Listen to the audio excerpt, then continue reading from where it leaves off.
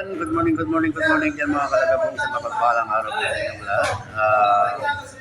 Ano lang po, update ko lang na wala akong ano ngayon na wala akong upload ngayon sa vlog dahil hindi po tayo maka fishing adventure ngayon dahil gawa ng visit tayo sa duty tulad ngayon.